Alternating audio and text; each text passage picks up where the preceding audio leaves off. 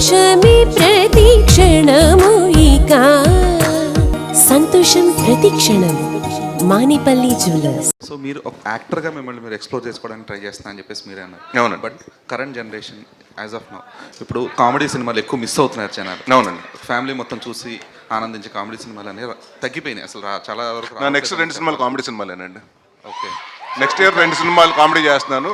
And 2026లో Sudigadu 2 ఉంటుంది. సుడిగాడు. నరేష్ గారు చెప్పండి సార్. నరేష్ గారు టీజర్ చాలా బాగుంది. థ్యాంక్ యూ అండి. మీ లాంగ్వేజ్లో చెప్పాలంటే ఎందుకోసం చూడాలి, దేనికోసం చూడాలి, కొంచెం వివరంగా చెప్పండి.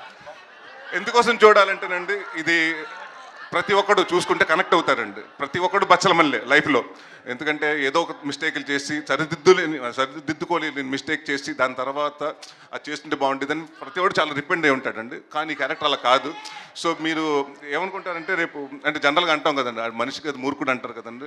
అది మారిపోద్ది. ఈ సినిమా చూసిన తర్వాత ఆడు మనిషికి అది బచ్చలమల్లి అంటారు. అలా మారుతుంటుంది అండి.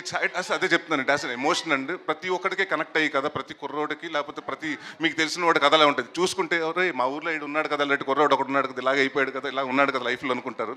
పని పాట లేకుండా తిరిగేసి గోడల మీద కూర్చొని అమ్మాయిలు వెళ్ళి వచ్చి అమ్మాయిలు వాళ్ళతో మీద ఏదో రాయేసేసి వాళ్ళకి వెళ్ళి ఇలాంటి వాళ్ళు ఉంటారు కదా. ప్రతి ఒక్కటి అంటే అవసరం ఉన్నా లేకపోయినా గొడవ పడిపోయే క్యారెక్టర్లు ఉంటారు కదండి.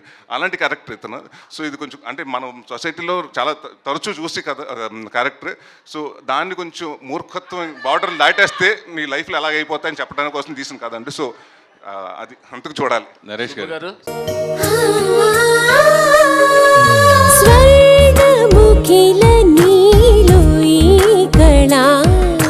వజ్రవైడూర్యాలంకరణం మణిహారం మహాద్భుతం సంతోషమే ప్రతి క్షణము ఇక శుభప్రదముగా నీవు రాగసిరుల వేడుక సంతోషం ప్రతి క్షణం మానిపల్లి జ్యువెలర్స్.